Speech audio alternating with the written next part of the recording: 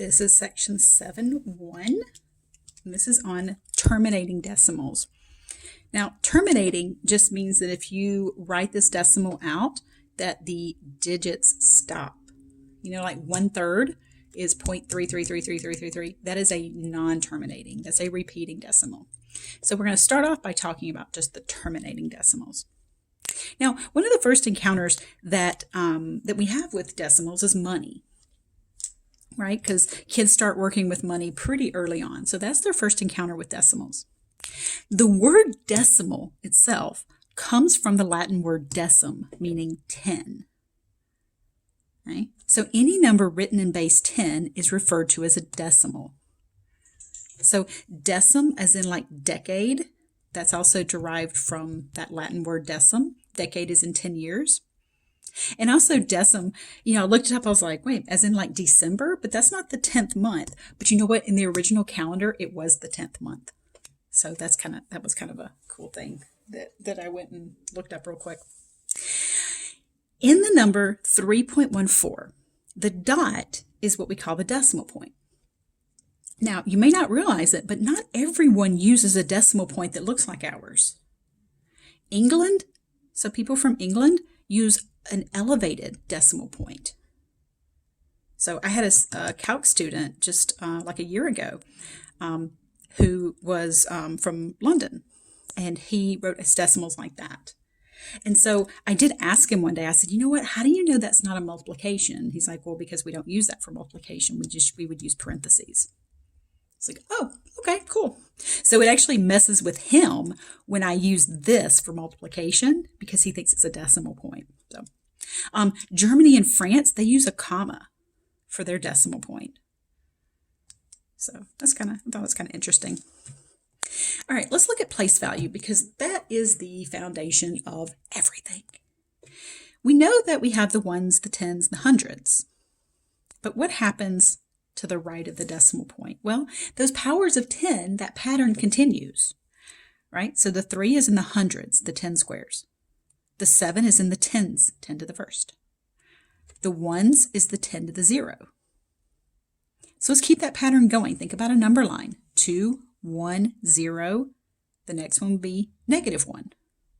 This -1 exponent is the same as 1 over 10, just in case you don't remember things about negative exponents. So we call that the tenths place. The -2 is the hundredths place, not to be confused with the hundreds. So the THs are for these decimal values in here.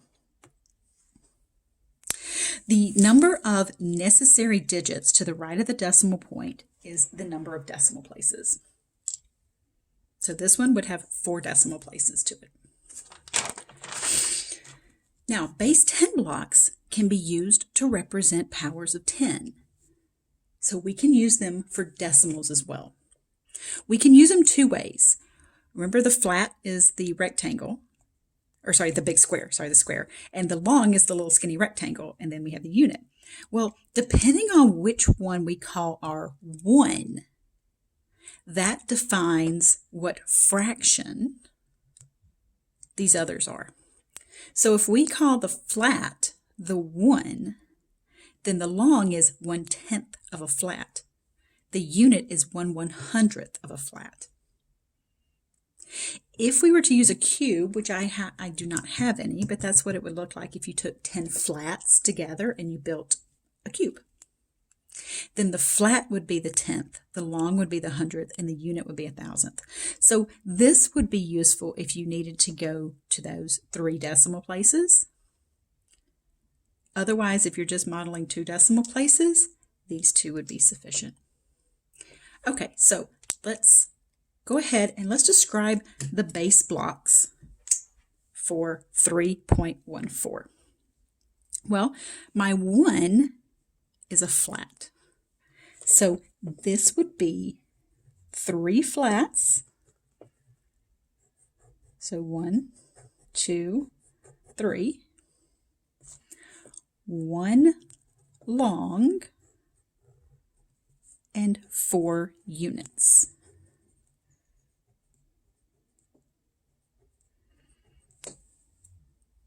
So that would represent 3 wholes, 1/10, 4/100. All right, so pause the video and see if you can write the base 10 blocks for these other 3. All right, since this only has 2 decimal places, I'm really just going to use the flat, the long, and the unit. So my 1 is my flat, so it's just going to be one of these. So here's my 1. None of these, and 2 of these. So 1.02 can be represented by 1 and then 2 of these. Okay, so that would be 1 flat, 0 longs, 2 units.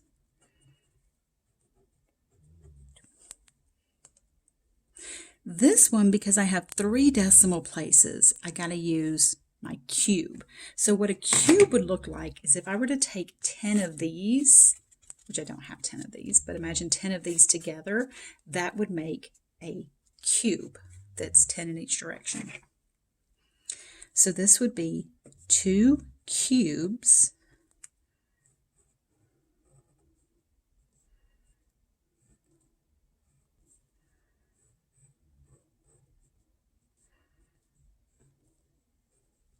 Don't be jealous of my bad cube drawings. That would be 1 flat, because the flat would be your tenths, 3 longs, 4 units. Oh, gotta squeeze it in. 1, 2, 3. 1, 2, 3, 4. My normally good handwriting is taking a turn for the worse right now. This one would be 3 cubes.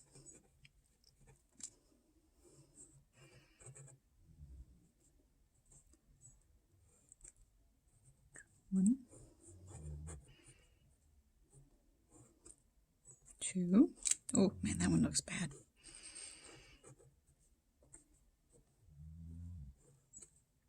3. No flats, no longs, 7 units. So 1, 2, 3, 4, 5, 6, 7. All right, so that's how we can use these base 10 blocks. And it's good to be able to get multiple uses out of something like this, because if you're going to have to spend the money on some kind of equipment like this, some more manipulatives, it's nice to be able to get multiple uses out of it. All right. Now, a common problem with that kids encounter with decimals is that 0.3 and 0.30, normally 3 and 30 are totally different numbers, but with decimals, those are the same thing. So it's important to make sure that you show the kids how this 0 is unnecessary. However, if you put a 0 before the 3, that one is necessary. Those are totally different numbers. So, for instance, here, 0.3 would be 3 longs. Here you could look at it as 3 longs, 0 units, or you can say 30 units. Either way, same thing, same quantity. Here, 0.3 is 3 longs, whereas 0.03 is just 3 units. Those are not the same thing. So it's all about those unnecessary zeros. Just like if you write 3 or 03 in whole numbers, those mean the same thing. All right, let's talk about converting decimals to fractions. Well, 3.4 would be 3. The 0.4 is 4/10. So 4 out of 10. Now you could also write this as an improper fraction and write this as 34 over 10. 10 times 3 is 30, plus 4 is 34, or 34, and then that last place value there is your tenths. You can certainly reduce this, but my point here is to not reduce it. My point is to show you how you can easily convert decimals to fractions. This 0.15 is 1/10 and 5/100. So this would be 15 over 100. This one would be 2, and that's in the hundredths place value. So notice that it's all about where that place value is. So that last decimal place, that tenths place value, determines my denominator. That's the hundredths place value. This also is the hundredths place value. This 9 is the thousandths. Now, because this one's to the left of the decimal point, just like up here, that would make that a mixed number or improper fraction. So I could write this one as 23 wholes and 9, and that's a thousandths place value.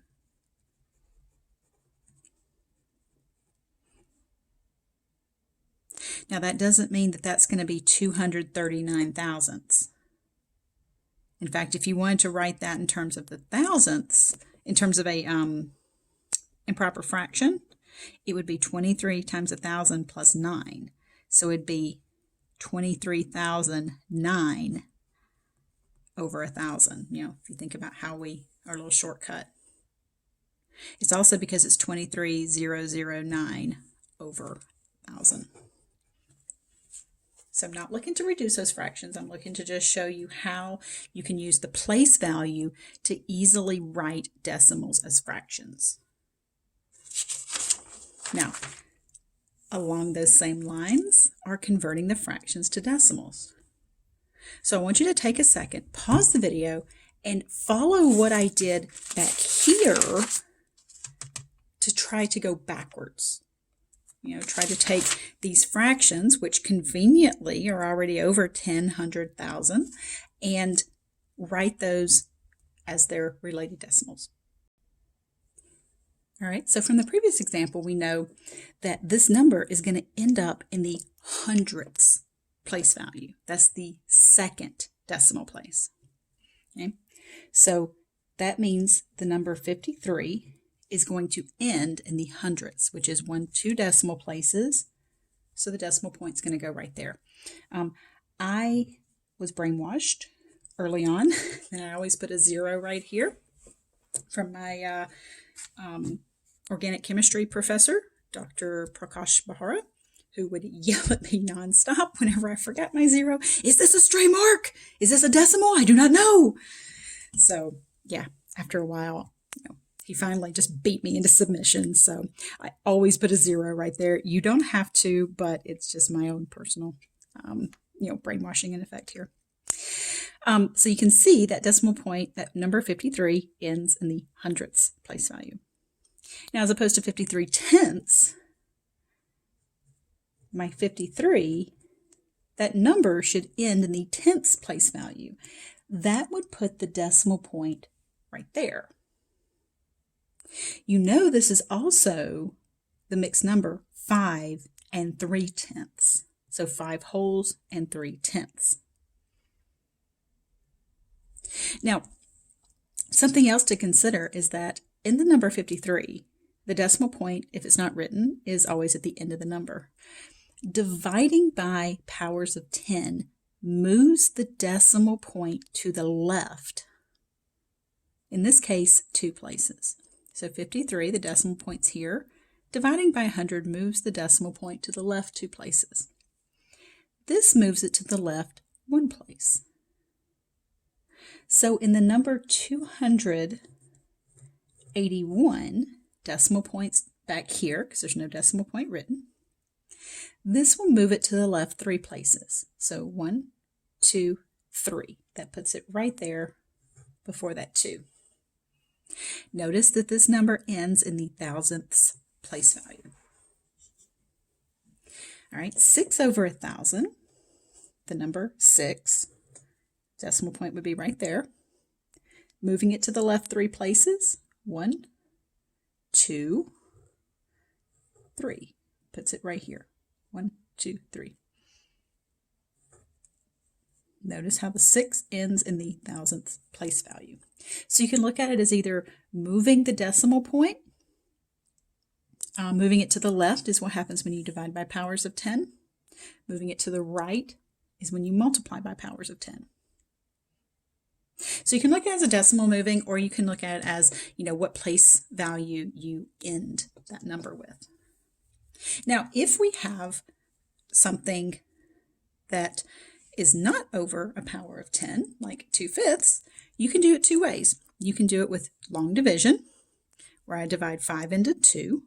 And notice how I put that decimal point right there. 5 goes into 20 4 times, so I end up with that 0.4, which I don't have to put the 0 in there with the long division, but I always put it in my answer. Or if it's possible, you can write 2/5 to have a denominator that is a power of 10. That's not always possible, but if it is possible, you think about, okay, this to get from here to here, I had to multiply by 2 over 2. So I just multiplied this fraction by 1.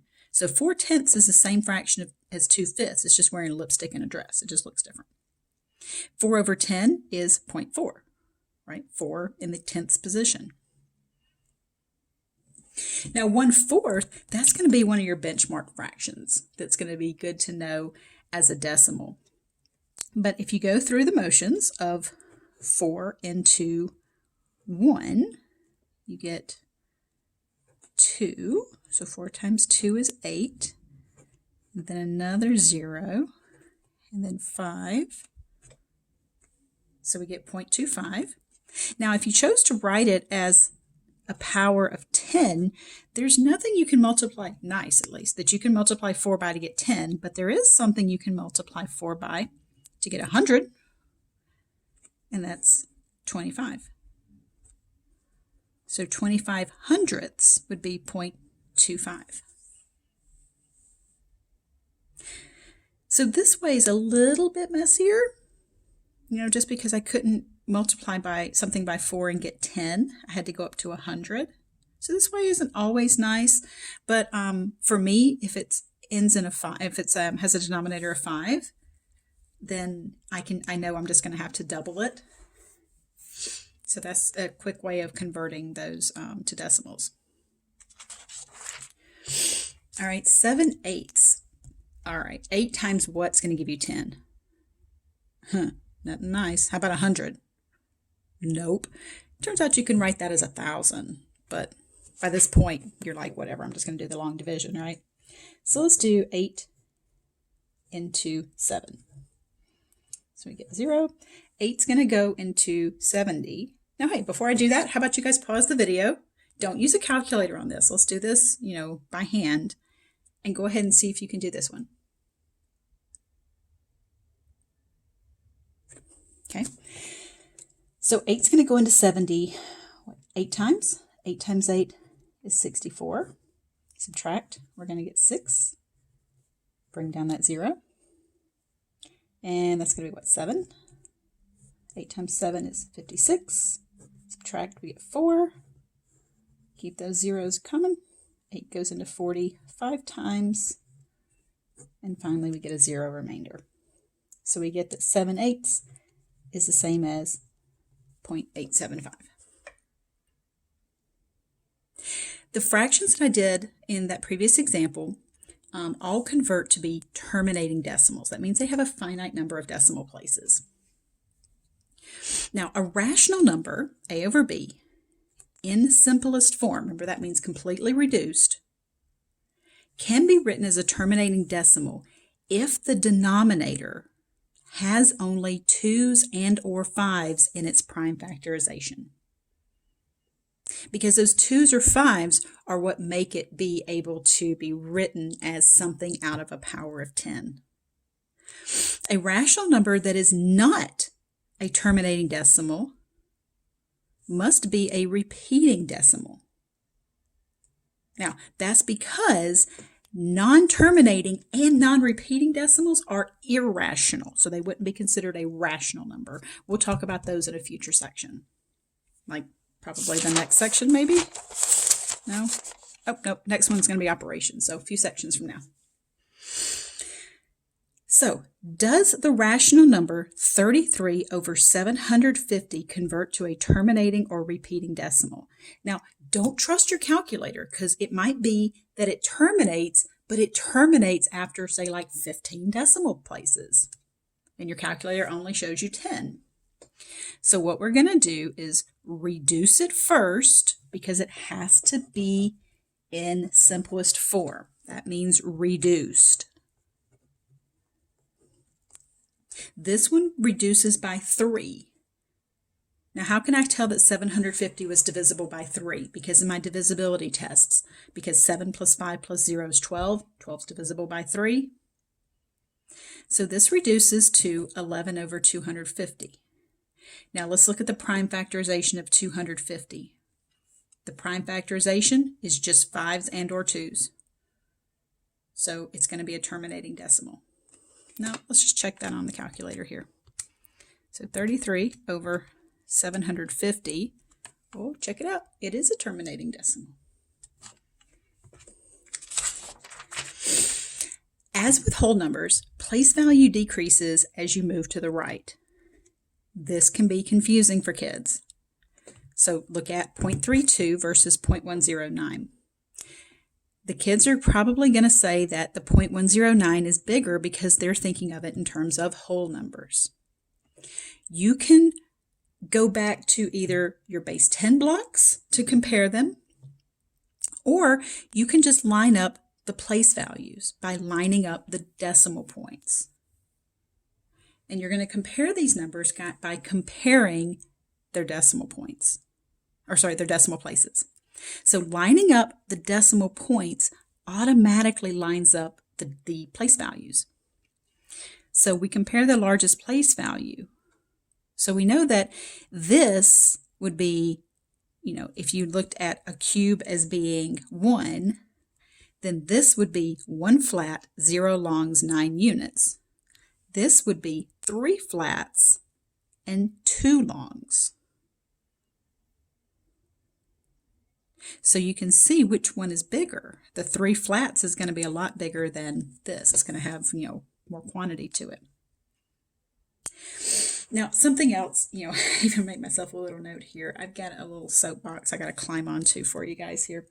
When it comes to decimals, one thing that drives me crazy in terms of money is this kind of thing. I see this so much, where you will see something at a store that is marked as 0.99 cents. This gives me a mini stroke every time I see it.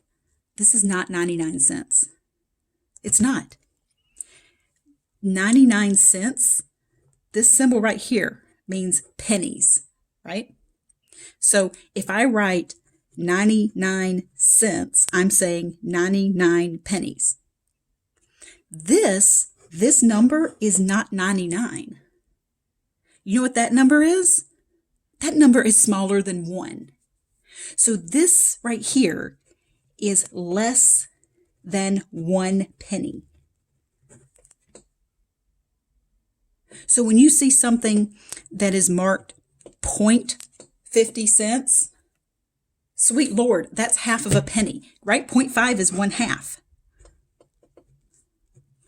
That's half of a penny. Now, I've had people argue with me about this before, right? And I don't mean like other math people, because, they're like, oh, that's just how I write it. Okay, no. That's like saying, well, that's just how I spell cat. It's wrong, right? It's not like, grab the Post-it note here. If you wanted to write 0.99 cents, then you want to write $0.99. Okay, that's 99 cents. That is the same thing as 99 cents, because that's 99 out of 100. That's 99 hundredths. That's the same thing as 99 pennies. but you can't just move this unit over here. That means something totally different. If you write 0.99 cents, that's not the same as 99 cents because these two numbers are not the same. 0.99 is not the same as 99. If somebody owes me, take the units out of it. If somebody owes me $99 and they give me $0.99, we got a problem. So that's just straight up false advertising. So I try to point it out, when I go to stores, especially if it's like a handwritten sign, I'll say, hey, you know what, 0.50 cents, that's half of a penny. So technically I could take 2 of these and give you a penny and be like, here you go. And yeah, that whole thing about, well, that's just how I write it. Well, that's just wrong. It's not like it's different. This one, okay, that's just how you write it. It's different, but it means the same thing. My favorite, though, was once at a Taco Bell drive-thru where I saw this. So I was like, oh, well, I guess just pick your favorite unit. That's just, oh, sweet Lord. Anyway. All right, so there's my rant about that, just to educate you so that you can go forth and educate the rest of the world with me about how this is completely and utterly wrong. And if you really wanted to be a jerk about it, you could, force a store to honor this because, if they charge you 50 cents for something that's marked 0.5 cents, that's false advertising. So especially around like Thanksgiving time where they have turkeys that are like 0.25 cents a pound or something like that. You're like, sweet, I'm about to score me a big old fat juicy turkey for like, I don't know, 8 cents. So yeah. Anyway, there's my rant about that. So that concludes section 7.1.